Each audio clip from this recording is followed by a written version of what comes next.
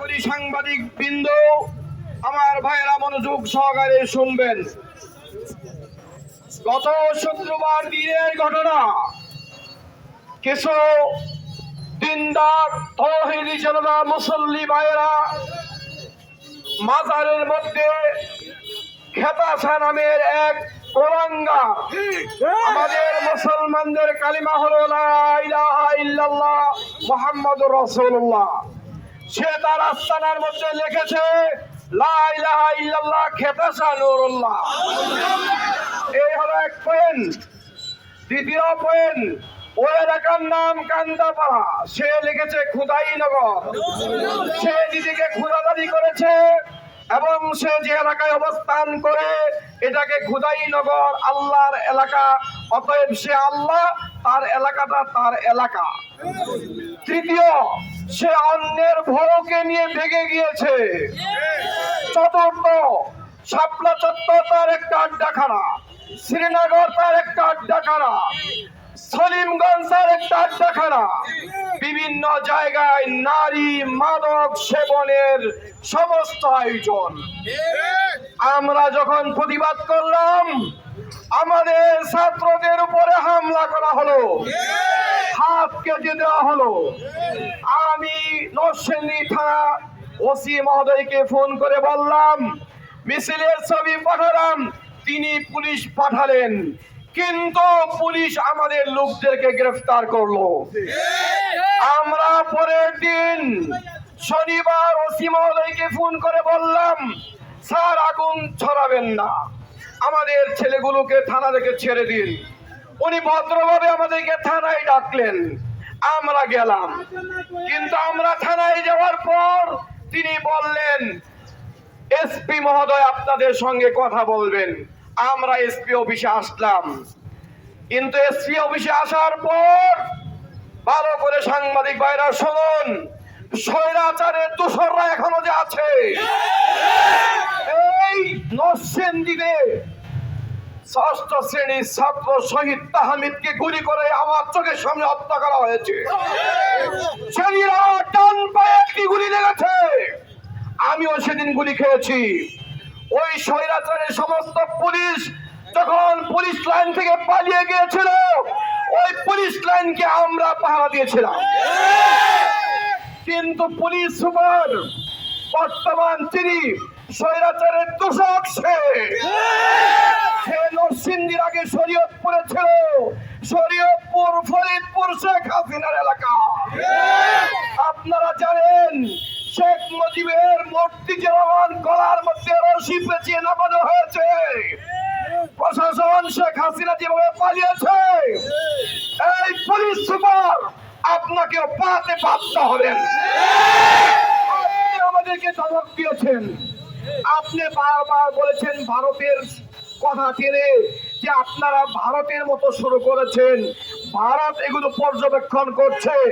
আমি আপনাকে বলতে চাই, আমরা ভারতকে পর্যবেক্ষণ করছি, ভারতের বিরুদ্ধে আমাদের লড়াই হবে।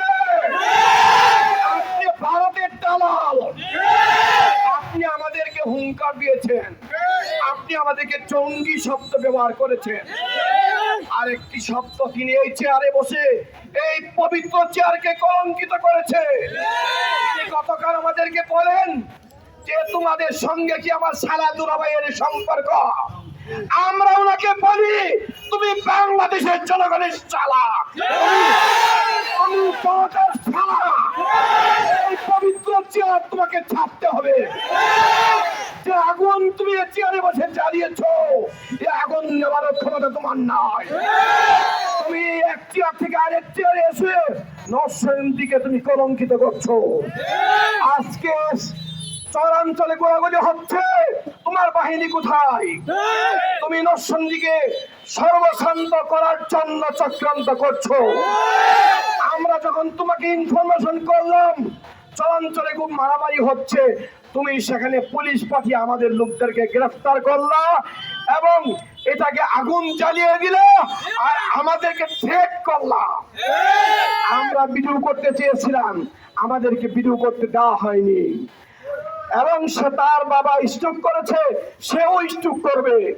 এর কারণ হলো তার মাতাল সে যদি মাতাল না হতো, তাহলে লা ইলাহা ইল্লাল্লাহকে যখন পরিবর্তন করা হয়েছে, সে যদি মুসলমানদের পক্ষে হতো, তাহলে সেটাকে বিচারে আওতায় আনতো।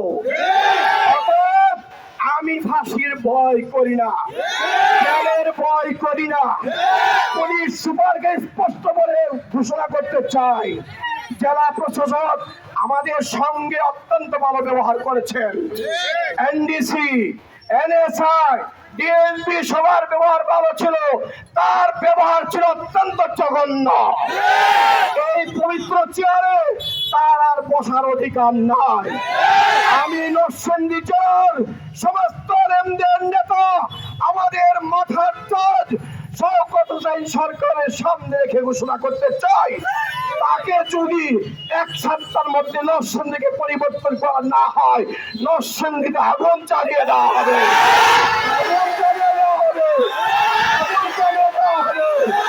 হাসির কাজটা চলবে, তাকে পরিবর্তন করতে হবে।